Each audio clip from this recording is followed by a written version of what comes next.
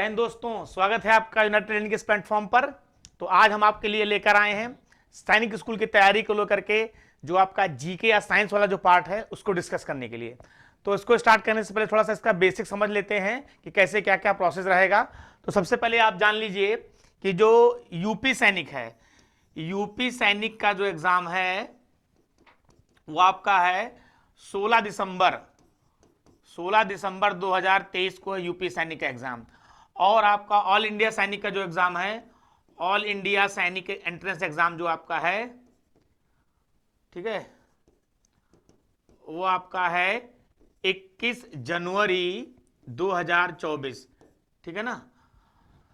और आपका जो RIMC है वो भी दिसंबर में उसका एग्जाम है। तो अभी जो हम लोग डिस्कस करेंगे तो जो बच्चे चाहे 6 का एंट्रेंस दे रहे हो या जो बच्चे आपका 9th क्लास के लिए आप एग्जाम के लिए दे रहे हो, दोनों के लिए मैं बात कर रहा हूं, ठीक है ना, दोनों को लेके चलना हूं। देखिए जो हम सिलेबस अभी डिस्कस करेंगे तो सिलेबस का जो कॉन्सेप्ट है वो हम क्या करेंगे, जो कॉन्सेप्ट है वो कॉन्सेप्ट जो हम लेके चलेंगे। कॉन्सेप्ट जो होता है वो जीरो से ही रहता है। कॉन्सेप्ट जो है चाहे वो 6th क्लास का हो या फिर 9th क्लास का हो, कॉन्सेप्ट आपका एक ही चलेगा। बस होगा वो मॉडरेट्स यानी जीरो सिलेबस लेकर के हम धीरे धीरे आगे बढ़ेंगे, ठीक है ना।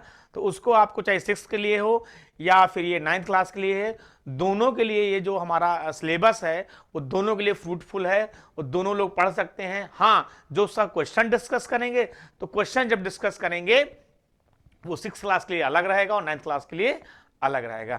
जैसे हम कहें कि अगर हम बात करने जा रहे हैं मेंसुरेशन टॉपिक का, तो मेंसुरेशन में आप रेक्टेंगल हो गया, स्क्वायर हो गया, क्यूब हो गया, क्यूबॉइड हो गया, ये 9th वालों को भी पढ़ना है और 6th वाला जो एग्जाम दे रहा है उसको भी पढ़ना है। तो बेसिक सबको पढ़ना है, A+B का होल स्क्वायर सबको पढ़ना है, स्क्वायर रूट क्यूब रूट आपको सबको पढ़ना है। तो कहने का मतलब जो बेसिक कॉन्सेप्ट लेके चलेंगे वो 6th क्लास के लिए भी फ्रूटफुल है और 9th क्लास के लिए भी फ्रूटफुल है। आप कॉन्सेप्ट सबके लिए सेम चलेगा, बस क्या होगा कि जो है उसका लेवल धीरे धीरे बढ़ता चला जाएगा। तो लेवल को आपको थोड़ा सा आपको देखना है कि वो भी क्वेश्चन में, कॉन्सेप्ट में नहीं, क्वेश्चन में लेवल बढ़ेगा, ठीक है ना। तो ये आपका एग्जाम है और एग्जाम का पैटर्न आपको पता है कि जो है 150 क्वेश्चन जो है 150 क्वेश्चन हम लेकर चल रहे हैं ऑल इंडिया सैनिक के अकॉर्डिंग। 150 क्वेश्चन आपके एग्जाम में होंगे। तो सैनिक स्कूल में जो 150 क्वेश्चन होंगे जिसमें मैथ के क्वेश्चन होंगे, मैथ के आपके 50 क्वेश्चन होंगे, 50 क्वेश्चन मैथ के होंगे, ठीक है। बाकी आपका इंग्लिश, ठीक है, साइंस, रीजनिंग और मैथ, सॉरी मैथ कह रहे हैं, इंग्लिश हो गया, साइंस हो गया, रीजनिंग और जीके जीएस, जीके जीएस में से ले रहे हैं, ठीक है। तो इंग्लिश के 25 क्वेश्चन, साइंस के 25, रीजनिंग के 25 और जीके जीएस के 25। तो टोटल कितने क्वेश्चन हो गए, ये 100 क्वेश्चन। तो 100 क्वेश्चन ये 50 ये 150 क्वेश्चन का पेपर। कहीं पे जो है RIMC में जो होगा तो यहाँ पे हिंदी भी इंक्लूडेड है, तो उसके लिए वो नहीं, हिंदी अलग से क्लास की हो जाएगी। तो जनरली आपका ये मोटा मोटा लेके 50 क्वेश्चन मैथ के, बाकी आपके इंग्लिश के 25, साइंस के 25, रीजनिंग के 25 और जीके जीएस के 100 क्वेश्चन। आप देखिए एग्जाम में कहें कि जो है इसके ये मेरिट या कट ऑफ की बात कर लेते हैं, तो आप समझ लीजिए कि इसमें आपको 150 क्वेश्चन जो रहेंगे उसको आपको 80 से 85% आपको बनाना है क्वेश्चन।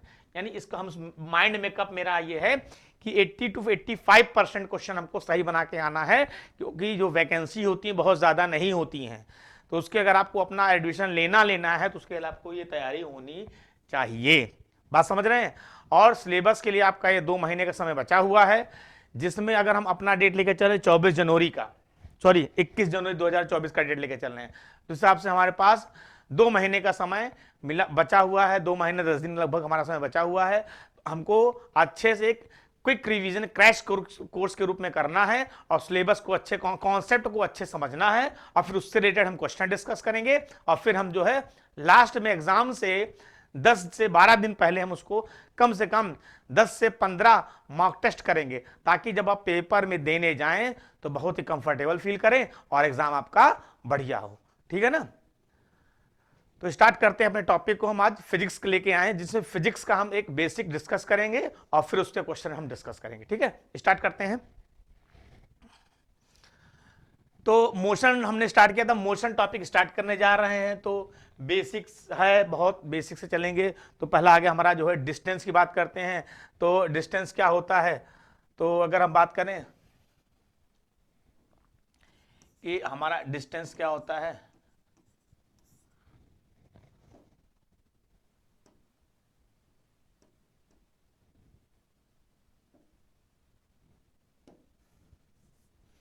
तो डिस्टेंस की बात करते हैं। व्हाट इज डिस्टेंस, हो जाएगा the actual path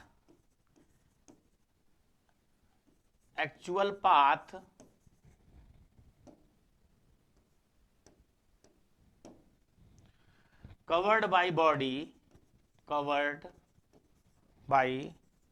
body called distance। ठीक है, तो अगर हम देखें तो एक बार ऐसे बना लेते हैं, ये पॉइंट ए है, ये पॉइंट बी है, ये पॉइंट सी है।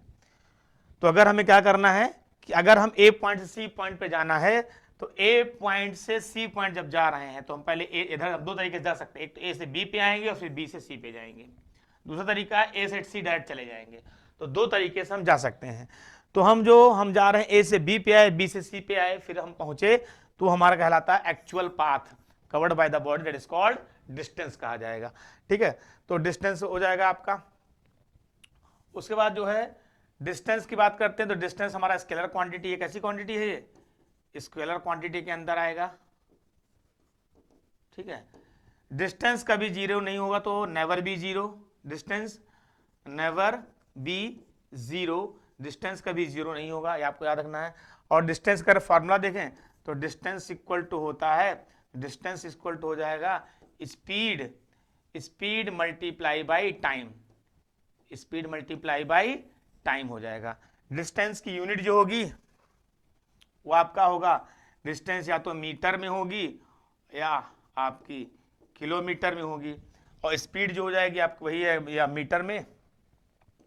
मीटर पर सेकंड में होगी, मीटर पर सेकंड या किलोमीटर पर आवर में होगी। ठीक है ना, और टाइम जो होगा वो सेकंड में होगा या फिर आपका आवर में होगा।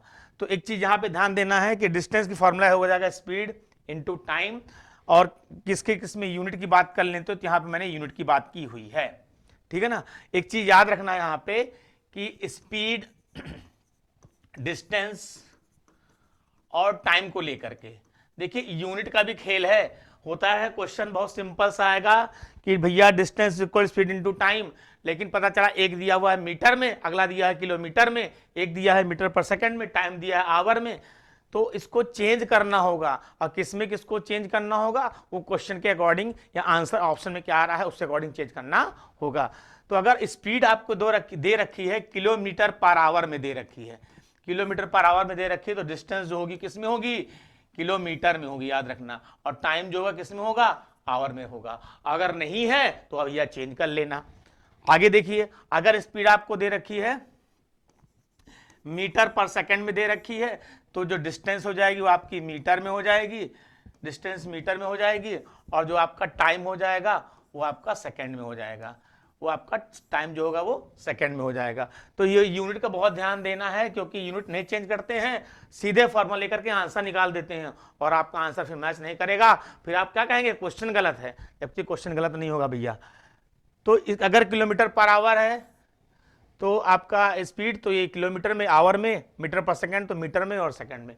कौन कौन सी चीजें आपको याद रखना है और उसी अकॉर्डिंग क्वेश्चन को करना है। एक तो आपको याद रखना है, दूसरी चीज याद रखना है आपको कि चेंज करना भैया, चेंज करना भी आपको याद रखना है कि कैसे चेंज करेंगे। तो अगर हमें दे रखा है किलोमीटर पर आवर में, किसमें दे रखा है, किलोमीटर पर आवर में, और चेंज करना है किसमें, चेंज करना है मुझे मीटर पर सेकंड में चेंज करना है।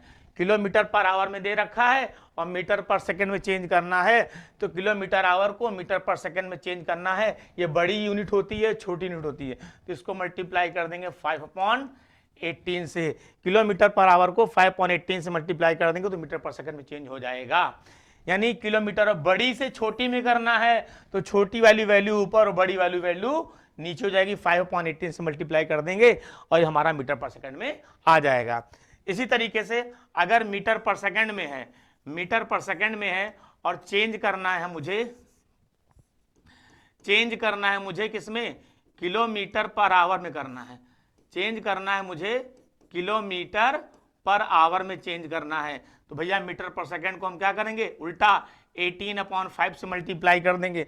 मीटर पर सेकंड को छोटी यूनिट है और बड़ी यूनिट में कन्वर्ट करना है, तो बड़ी वैल्यू ऊपर और छोटी वैल्यू नीचे से मल्टीप्लाई कर देंगे तो चेंज हो जाएगा। अब जो 6th वाले हैं इनको बस खाली चेंज करने के लिए क्वेश्चन आ जाएगा, और 9th वाले हैं उनको चेंज भी करना है, प्लस उसके बाद क्वेश्चन को भी सॉल्व करना रहेगा। बस इतना डिफरेंस है। मतलब इनको एक स्टेप दे दिया गया है, इनको 2 स्टेप दे दिया गया है कि पहले चेंज करो फिर सॉल्व करो। सॉरी, तो यहां पे ये समझना है कि हमको, यानी 6th वाला बच्चा है तो उसको कहा दिया भाई किलोमीटर पर आवर, इसको मीटर पर सेकंड चेंज कर दो। ये क्वेश्चन आपको खाली इतना ही रहेगा, क्वेश्चन कोई न्यूमेरिकल नहीं। और इनमें आ गया तो इनको भैया पहले चेंज भी करना है फिर न्यूमेरिकल को सॉल्व करना है 9th क्लास के लिए। तो मैं ये बताना चाहता हूँ डिफरेंशिएट क्या रहेगा क्वेश्चन में, ये बात कर रहा हूँ। ठीक है, तो देखिए क्या हो गया, हमने बात की distance, the actual path covered by the body that is called distance कहा जाता है। और फॉर्मूला होता है distance equal speed in time, ये स्केलर क्वांटिटी है। अब उसमें ऑप्शन दिया रहेगा, it is scalar quantity, formula unit क्या कहते हैं, यूनिट इज किलोमीटर या और किलोमीटर या फिर मीटर। तो बताना 2 स्टेटमेंट सही, 3 स्टेटमेंट सही, ये आपको बताना होगा। तो आपको दोनों सही है, इस तरह क्वेश्चन आ जाता है तो भी आप आसानी से कर लेंगे, तो स्टेटमेंट पता होना चाहिए।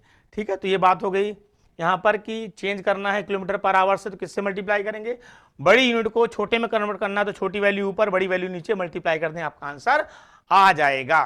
ठीक है, जैसे हम ले लेते हैं, एक एग्जांपल भी देख लेते हैं कि हमको दे रखा है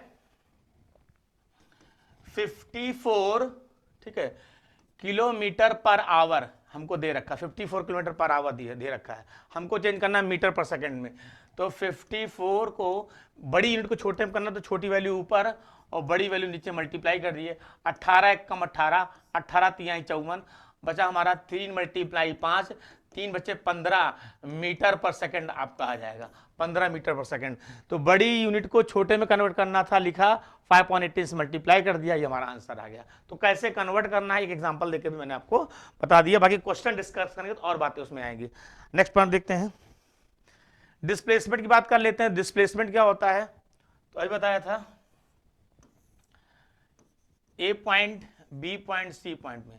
तो जो होता है कि डिस्प्लेसमेंट का हम डेफिनेशन की बात कर रहे हैं, तो अगर हम कहें the shortest distance, the shortest distance covered by body called displacement कहा जाएगा, डिस्प्लेसमेंट कहा जाएगा। ठीक है, डायरेक्ट आप ए से चलिए सी पे चले आइए, ए से चले और डायरेक्ट आप सी पर चले आइए, छत पे चढ़िए कोचिंग पे, सीधे अपनी कोचिंग उतरिए, डायरेक्ट उतर गए, तो वो आपका हो जाएगा शॉर्टेस्ट डिस्टेंस जो कवर करेंगे, दैट इज कॉल्ड डिस्प्लेसमेंट कहा जाएगा। दूसरा, it is vector quantity, vector quantity. तो वेक्टर क्वांटिटी होता है क्योंकि इसमें डायरेक्शन और मैग्नीट्यूड दोनों से मतलब होता है, डायरेक्शन यानी दिशा, मैग्नीट्यूड यानी कोई वैल्यू, उन दोनों से मतलब होता है, जिसका ये वेक्टर क्वांटिटी हो जाए है। ठीक है ना, it may be zero, may be zero, ये जीरो हो सकती है। ठीक है ना, अब डिस्प्लेसमेंट का अगर हम कहें तो डिस्प्लेसमेंट इक्वल टू हो जाएगा मिनट, डिस्प्लेसमेंट इक्वल टू हो जाएगा velocity into time. Displacement equal to क्या हो जाएगा, वेलोसिटी इनटू टाइम हो जाएगा। तो ये आपका अगर इस पर न्यूमेरिकल आता तो आप आसानी से कर सकते हैं। तो शॉर्ट एंड डिस्टेंस जो बॉडी कवर का डिस्प्लेसमेंट कहा जाता है, ये वेक्टर क्वांटिटी होता है, ये जीरो हो सकता है। और ये डिस्प्ले, बाकी यूनिट की बात करते हैं तो वही हो जाएगा, यूनिट की बात करेंगे तो यूनिट आपकी किलोमीटर पर आवर, और सॉरी किलोमीटर कह रहे हैं, किलोमीटर और जो है मीटर। ठीक है, ये दोनों हो सकती है। ठीक है, तो यूनिट की बात कर ले तो किलोमीटर भी हो सकती है या मीटर हो सकती है। फॉर्मूला इसका ये हो जाएगा। तो ये स्टेटमेंट हो गया। अब इसमें याद रखना है कि इससे आपको पूछा जाए कि इसमें से 2 स्टेटमेंट सही है गलत, ये पूछ सकता है, फॉर्मूले से न्यूमेरिकल पूछ सकता है, या आपसे यूनिट पूछ सकता है। तो मैं 6th और 9th बोथ लेकर चल रहा हूँ। ठीक है ना, तो एक बेसिक से पूछ सकता है और इसमें आपको अलग से क्वेश्चन बन सकता है। ठीक है, नेक्स्ट देखते हैं, स्पीड। स्पीड क्या होता है, तो स्पीड अगर हम कहें तो सीधी बात है, स्पीड इक्वल टू होता है क्या, डिस्टेंस अपॉन टाइम। सीधे सीधे खाली उसी फॉर्मूले से आ जाएगा, स्पीड इक्वल टू होता है डिस्टेंस अपॉन टाइम। ठीक है, तो speed equal distance upon time, तो अगर हम कह दें यहाँ पे हो जाएगा डेफिनेशन बात कर, the distance covered by the body in unit time that is called speed. The distance covered by the body in a unit time that is called speed कहा जाएगा। ठीक है ना। अगर हम बात करते हैं स्पीड की, तो स्पीड की जो यूनिट हो जाएगी that is kilometre per hour और या मीटर पर सेकेंड इसकी यूनिट हो जाएगी। ठीक है, दैट इज अ यूनिट, इसकी यूनिट हो जाएगी। ठीक है, टाइम की यूनिट हो जाएगी सेकेंड, और डिस्टेंस की हो जाएगी क्या, किलोमीटर। ठीक है, बार बार यूनिट बताएंगे नहीं, बस बता दें क्योंकि इसमें कंफ्यूज ना, किलोमीटर या फिर आपकी हो जाएगी मीटर। ये हो जाएगा आपका आवर, ठीक है, आवर हो जाएगा और या फिर सेकंड हो जाएगा। ठीक है ना। तो speed equal distance upon time, the actual path covered by body that is called speed कहा जाएगा। स्पीड जो है स्केलर क्वांटिटी है, तो स्केलर क्वांटिटी इट नेवर भी जीरो हो जाएगी। यूनिट की बात करते हैं यहाँ पर, इस पर आपको न्यूमेरिकल मिल सकता है। अब ठीक है, तो ये फॉर्मूला हो जाएगा। नेक्स्ट देखते हैं स्पीड के बाद वेलोसिटी क्या होता है। वेलोसिटी, तो वेलोसिटी की बात करते हैं, तो वेलोसिटी का होता है displacement covered by the body in unit time. तो अगर हम कहें दैट इज वेलोसिटी हो जाएगा that is displacement covered by the body in unit time, that is called velocity कहा जाएगा। तो वेलोसिटी हो जो होता है इट इज वेक्टर क्वांटिटी, ये वेक्टर क्वांटिटी है वेलोसिटी जो आपकी क्या है, वेक्टर क्वांटिटी। तो वेक्टर क्वांटिटी जिसमें मैग्नीट्यूड यानी कोई वैल्यू और डायरेक्शन दोनों से मतलब होता है। अगर वेक्टर क्वांटिटी है तो इट मे बी वो जीरो भी हो सकती है, कोई बड़ी बात नहीं है। ठीक है, बाकी यूनिट वही हो जाएगी, किलोमीटर यूनिट की बात करेंगे तो किलोमीटर पर आवर और मीटर पर सेकंड, तो आपकी दोनों यूनिट हो सकती है अगर हम इसकी यूनिट की बात करेंगे। बाकी फार्मूला आपको पता नहीं, velocity equal displacement upon time, इस पर आपको न्यूमेरिकल मिल सकता है। ठीक है, नेक्स्ट एक्सेलरेशन क्या होता है, तो एक्सेलरेशन इक्वल टू होता है that is change in velocity, change in velocity upon change in time. तो एक्सेलरेशन क्या होता है, change in velocity upon change in time, that is a equal to हो जाएगा v minus u upon t. Acceleration हो जाएगा v minus u upon T.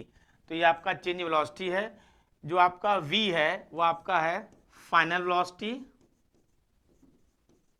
Final velocity है। u जो आपका वो क्या है, इनिशियल वेलोसिटी है। t क्या है आपका, टाइम है। तो हो जाएगा एक्सेलरेशन का change in velocity upon time हो जाएगा। ए आपका क्या है, एक्सेलरेशन, एक्सेलरेशन है। ए आपका यहाँ पे क्या है, एक्सेलरेशन, जिसकी यूनिट होती है क्या, यूनिट होती है मीटर पर सेकंड स्क्वायर। याद रखिएगा एक्सेलरेशन की यूनिट होती है मीटर पर सेकंड स्क्वायर, तो यूनिट आप याद रखिएगा, इसकी यूनिट होती है metre per second square. 6th class खाली ये पूछ रहे थे what is the unit of acceleration, that is metre per second square. तो change in velocity upon time that is called acceleration. ठीक है, यू आपका वी आपका फाइनल वेलोसिटी होता है, यू इनिशियल, टी टाइम होता है। यहाँ से हम एक्सेलरेशन फाइंड आउट कर सकते हैं। एक्सेलरेशन यूनिट होती है मीटर पर सेकंड स्क्वायर। ठीक है ना। ये भी एक्सेलरेशन कैसी क्वांटिटी है, तो एक्सेलरेशन जो होती है आपकी, एक्सेलरेशन जो है वो कैसी क्वांटिटी है, तो it is a vector quantity. Acceleration जो है कैसी क्वांटिटी है, it is a vector quantity. और ये भी है इट मे बी, क्योंकि vector quantity it may be zero हो सकती है। ठीक है, जो वेक्टर क्वांटिटी होती है वो जीरो हो सकती है। बाकी यूनिट की बात करते हैं तो यूनिट आपका यहाँ से मीटर पर सेकंड स्क्वायर इसकी यूनिट हो जाएगी। अब इसमें है, देखिए इस बात को ध्यान रखना है। ठीक है, अगर बॉडी कहता है बॉडी रेस्ट में है, बॉडी रेस्ट में, याद रखिएगा बॉडी रेस्ट में है तो you always zero, initial velocity always zero, you always initial velocity you जो होगी तो हो जाएगा initial velocity you always zero, always zero, याद रखिएगा इस बात को। तो अगर कह रहा है बॉडी रेस्ट में है तो इनिशियल वेलोसिटी वी हमेशा क्या रहेगी, जीरो रहेगी। और अगर आपसे बोल दे कि ब्रेक अप्लाई किया गया है, ब्रेक अप्लाई किया गया है बॉडी में, ब्रेक अप्लाई किया गया है, ठीक है, ब्रेक लगाया गया है या गाड़ी किसी चीज से लड़ गई है, ऐसा कुछ हुआ है, तो याद रखिएगा फाइनल वेलोसिटी जो होगी, फाइनल वेलोसिटी, फाइनल वेलोसिटी जो होगी आपकी that is v equal to zero. तो ये पॉइंट बहुत याद रखने की बहुत बात बताई गई है, इस पॉइंट को और इस पॉइंट को याद रखिएगा कि कह रहा है क्वेश्चन कहीं से भी बॉडी रेस्ट पर है तो याद रखिएगा इनिशियल वेलोसिटी u होगा हमेशा जीरो रहेगा। इस स्टेटमेंट में आ सकता है या न्यूमेरिकल पॉइंट ऑफ व्यू से भी इंपॉर्टेंट है। और क्या कह रहा है ब्रेक अप्लाई कर दिया गया है, तो भैया जब ब्रेक अप्लाई कर दिया गया है या गाड़ी चल रही अचानक रुक गई है, ब्रेक लगा दिया गया है, गाड़ी किसी पेड़ से टकरा गई है, कुछ ऐसा हो गया है, तो फाइनल वेलोसिटी v क्या हो जाएगा, जीरो, ऑलवेज जीरो हो जाएगा। तो न्यूमेरिकल पॉइंट ऑफ व्यू से आपको इसका बेनिफिट मिलेगा, ठीक है। इसी में हो जाएगा व्हाट इज रिटार्डेशन। तो रिटार्डेशन क्या होता है, रिटार्डेशन, रिटार्डेशन तो हो जाएगा negative acceleration, negative acceleration, negative acceleration is called retardation, is called retardation कहा जाता है। यानी जब आपका एक्सेलरेशन किस में आ जाए, नेगेटिव, यानी ए की जो वैल्यू हो किस में आ जाए, माइनस में आ रही है, इसका मतलब क्या हो रहा है, रिटार्डेशन हो रहा है। इसका मतलब क्या हो रहा है, रिटार्डेशन हो रहा है। याद रखिएगा क्वेश्चन व्हाट इज रिटार्डेशन, चार ऑप्शन दिया रहा है तो बता रहा है negative acceleration is called retardation. जब बॉडी में ब्रेक अप्लाई करते हैं तो अधिकतर जो ब्रेक अप्लाई करेंगे तो हमेशा जो आंसर वो आपका नेगेटिव में आएगा और दैट इज कॉल्ड रिटार्डेशन के एग्जांपल हो सकता है। नेक्स्ट देखते हैं स्केलर क्वांटिटी, बार बार चिल्ला रहा हूं मैं, स्केलर क्वांटिटी वह क्वांटिटी, ठीक है, आ गया है a quantity that has magnitude, magnitude मतलब होता है वैल्यू, मैग्नीट्यूड मतलब होता है वैल्यू। मैंने सॉल्व किया क्वेश्चन को, मैंने क्वेश्चन को सॉल्व किया और हमारा जो एक्सेलरेशन निकल के आया, एक्सेलरेशन जो है 1 किलो निकल के आई 4 मीटर पर सेकेंड स्क्वायर, ये निकल के आया 4 मीटर पर सेकेंड स्क्वायर आपका निकल के आया एक्सेलरेशन, ये तो ये जो है वैल्यू है, इसको कहा गया मैग्नीट्यूड, ठीक है। नो पर्टिकुलर डायरेक्शन, जिसका कोई डायरेक्शन नहीं होता है, नो डायरेक्शन, जिसकी डायरेक्शन नहीं होगा, नो डायरेक्शन, कोई डायरेक्शन नहीं है, that is called scalar quantity. अब क्वेश्चन क्या आता है कि भैया बताओ इसमें से कौन से स्केलर है, कौन से वेक्टर है, चार ऑप्शन दिया गया है, इसमें कौन से स्केलर है और कौन से वेक्टर बताना आपको बताना होगा। तो भैया example very important, example very important है। लेंथ कितना लंबा है, तो इसका जो है डायरेक्शन से कोई मतलब नहीं है। एरिया क्षेत्रफल कितना है, डायरेक्शन से कोई मतलब नहीं है। डेंसिटी घनत्व इसका कितना है किसी चीज का, तो उसका कोई डायरेक्शन से कोई मतलब नहीं है। प्रेशर, प्रेशर का है तो यहां पे प्रेशर कितना है तो उसका डायरेक्शन से कोई मतलब नहीं है। टेम्परेचर का डायरेक्शन से कोई मतलब नहीं है, ठीक है। वर्क हो गया, पावर हो गया, तो जिसका डायरेक्शन से कोई मतलब नहीं है that is called scalar quantity कहा जाएगा। तो जिसका याद रखना है कौन कौन सी क्वांटिटी है जिसका डायरेक्शन से कोई मतलब नहीं है, that is called scalar quantity.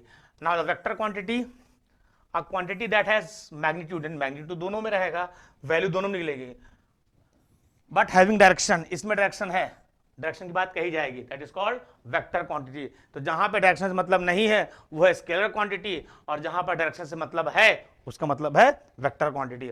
तो डिस्प्लेसमेंट डायरेक्शन से मतलब है, वेलोसिटी डायरेक्शन मतलब है, फोर्स, मैंने कहा धक्का मारना है, फोर्स लगाना है तो पूछे सर किस डायरेक्शन में लगाऊं, तो वहां पर जाए फोर्स, डायरेक्शन मतलब है। मोमेंटम डायरेक्शन मतलब है, मोमेंटम होता है P बराबर mv, तो यहाँ P मोमेंटम P बराबर mv, तो v यहाँ वेलोसिटी आएगा, जो वेलोसिटी वेक्टर क्वांटिटी यानी मोमेंटम भी वेक्टर क्वांटिटी हो जाएगा। Thrust equal to the, thrust मतलब pressure, pressure equal force upon area, तो यहां पे भी डायरेक्शन से मतलब है, तो जहां पे डायरेक्शन से मतलब है that is called vector quantity कहा जाएगा। तो ऑप्शन पूछ सकता है बताना एक्सेलर क्वांटिटी है या वेक्टर, तो जब आपको एग्जांपल आपको पता होंगे तभी आप बता पाएंगे। तो एग्जांपल ये नहीं कि सर ने इतने बता दिए इतने काम हो गया, अगर आपको एग्जांपल और मिलते हैं तो उनको ऐड करना और नोट्स में पढ़ना है इसको, ठीक है, बात समझ रहे हैं।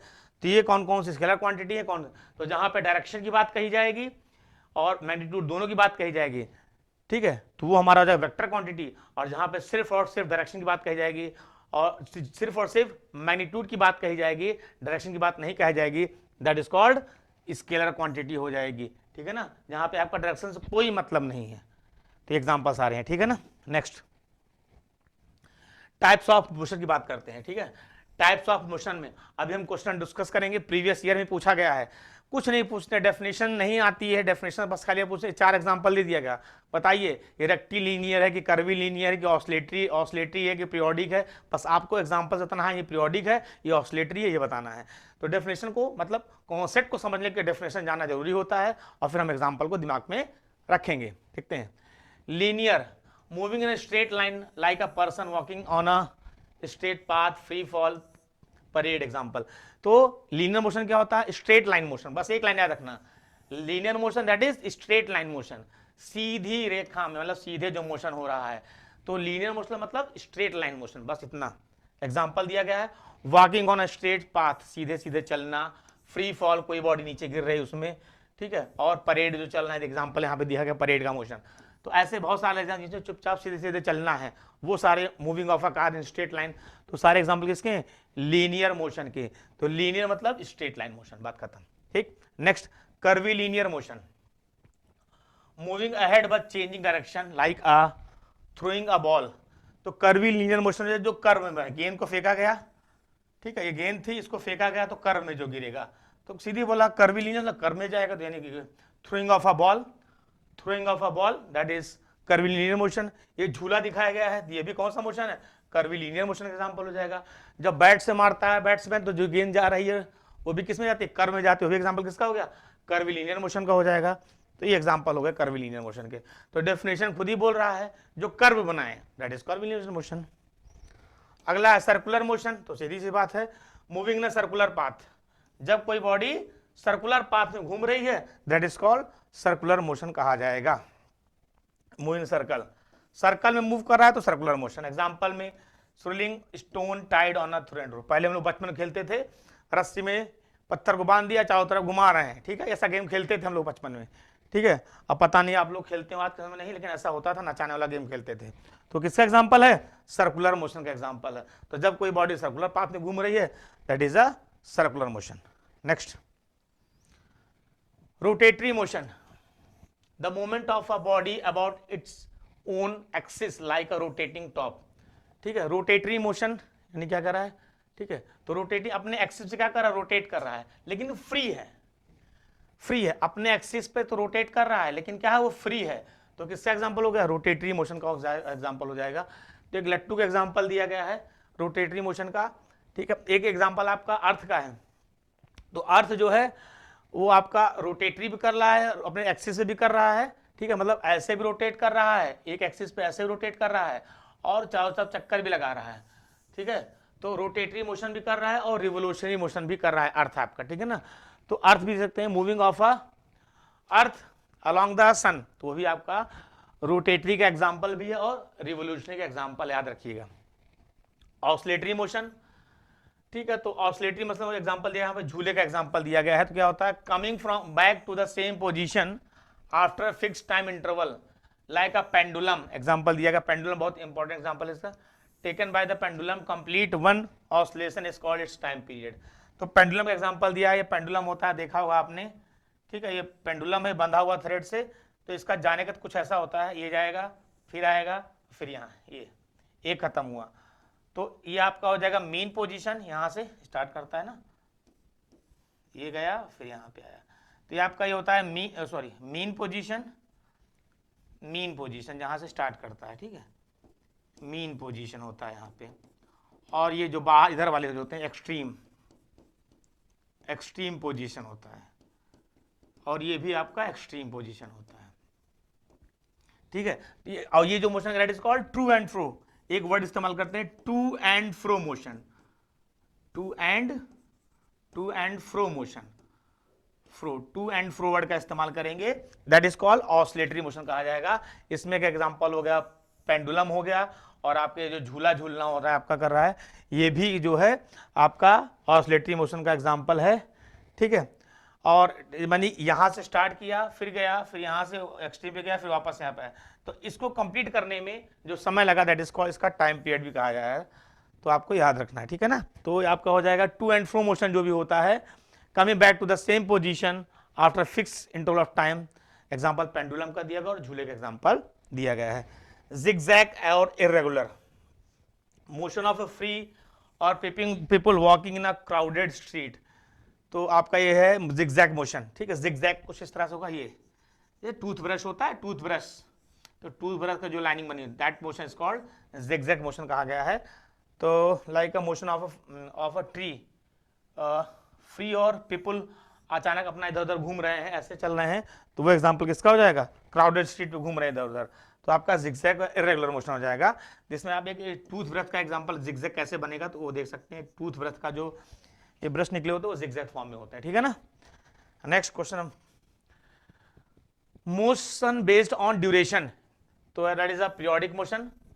तो पीरियोडिक मोशन क्या होता है, the motion that repeat after fix interval of time, ऐसे मोशन जो एक पर्टिकुलर टाइम के बाद क्या हो रहे हैं, रिपीट कर रहे हैं, that motion is called periodic motion कहा जाता है।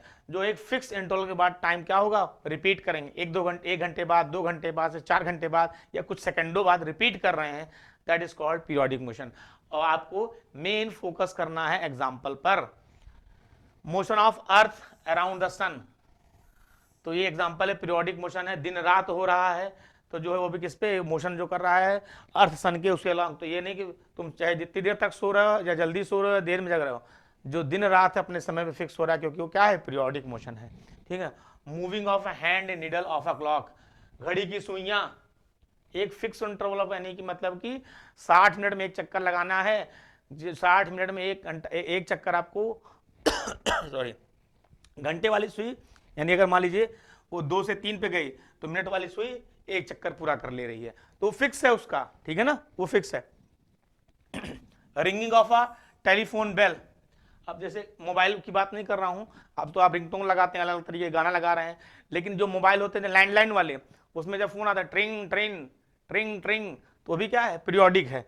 तो इसमें कुछ एग्जांपल दिए, motion of around the sun, moving of a hand needle of a clock and ringing of the telephone bell, ये एग्जांपल किसके हैं, पीरियोडिक मोशन के। ऐसे मोशन जो कुछ अंतराल बाद क्या होते हैं, रिपीट होते हैं।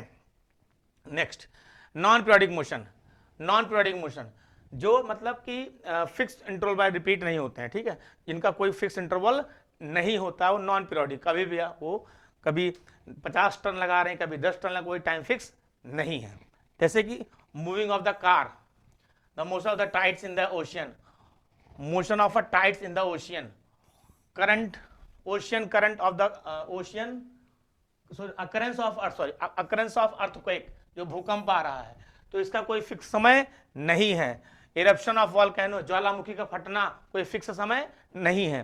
तो ये ऐसे मोशन कौन से हैं, नॉन पीरियोडिक मोशन हैं। तो वह मोशन जिसका कोई फिक्स समय नहीं है, कोई फिक्स इंटरवल नहीं है, वो मोशन कौन से हैं, नॉन पीरियोडिक है। एग्जांपल पे ध्यान दीजिएगा, the motion of the tied in the ocean, occurrence of earth, कोई भूकंप कब आएगा किसी को नहीं पता, इरप्शन ऑफ वॉल्केनो, ज्वालामुखी कब फटेगा किसी को नहीं पता, तो हमारे हो गए non periodic motion. Next, motion based on speed, uniform motion, ठीक है, मोशन बेस्ड ऑन स्पीड। तो यूनिफॉर्म मोशन की बात करते हैं, तो यूनिफॉर्म मोशन जैसे मान लीजिए एक एग्जांपल देते हैं, ए बी सी, एक और ले लें तो डी ले लीजिए, ठीक है, ए बी सी डी। तो ए बी मान लो यूनिफॉर्म मोशन मतलब मान लीजिए ये 2 किलोमीटर है, ये भी 2 किलोमीटर है, ये भी 2 किलोमीटर है, और इसको कवर करने में ले रहा है 5 सेकंड, 5 सेकंड और 5 सेकंड, यानी कि 2 किलोमीटर दूरी 5 सेकंड में, तो अगली 2 किलोमीटर 5 सेकंड में, और सी से डी जाने में भी 5 सेकंड में कवर कर रहा है, यानी equal distance, equal distance in equal interval of time, equal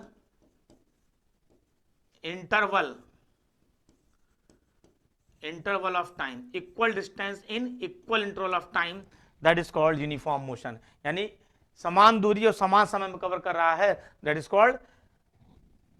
is called uniform motion कहा जाता है। ठीक है, जैसे मोमेंट्स ऑफ हैंड क्लॉक, यानी पीरियोडिक मोशन को हम यूनिफॉर्म मोशन भी कह सकते हैं। Rotation and revolution of earth, ये भी आपका यूनिफॉर्म मोशन में आता है, यानी जो हमारी पीरियोडिक मोशन है उसको हम यूनिफॉर्म मोशन भी कह सकते हैं। तो इससे एग्जांपल दिया गया है, moment of hand in of a clock, rotation या रिवोल्यूशन ऑफ अर्थ टुवर्ड्स सन, सन के अलोंग, ठीक है, सन के अलोंग पृथ्वी का जो रोटेशन कर रही है या रिवोल्यूशन कर रही है, वो भी क्या है आपका यूनिफॉर्म में आएगा। ठीक है ना। नॉन यूनिफॉर्म की बात कर लेंगे तो नॉन यूनिफॉर्म हो जाएगा cover equal distance in unequal interval of time, यानी दूरी समान लेकिन समय अलग अलग समय पे ले रहा है। ठीक है, दूरी समान है 2 किलोमीटर, लेकिन समय कहीं 5 सेकंड, कहीं 3 सेकंड, कहीं 2 सेकंड, समय का अंतराल अलग अलग हो जाएगा, तो हमारा कहलाएगा नॉन यूनिफॉर्म मोशन कहलाएगा। Example, motion of vehicle. ठीक है, भीड़ आ गई, क्राउड आ गया तो कभी गाड़ी की स्पीड कम हो गई, हाईवे आ गया, बढ़िया रोड में स्पीड बढ़ा दी गई तो कभी कम कभी ज्यादा, तो ये हमारा हो जाएगा आपका non uniform motion. Oscillation of a pendulum जो है that is non uniform motion के एग्जांपल में। तो ये जो टॉपिक हमारा मोशन है यहीं पे खत्म हो रहा है। ठीक है, अब हम अपना नेक्स्ट टॉपिक लेकर के नेक्स्ट वीडियो में मिलते हैं। तब तक के लिए आप इसको अच्छे से रिवाइज करिए, क्योंकि जब हम क्वेश्चन डिस्कस करेंगे इससे रिलेटेड तो आपको जब कॉन्सेप्ट क्लियर रहेगा, इसको पढ़े रहेंगे तो आपको क्वेश्चन करने में मजा आएगी। तो तब तक के लिए जय हिंद क्लास।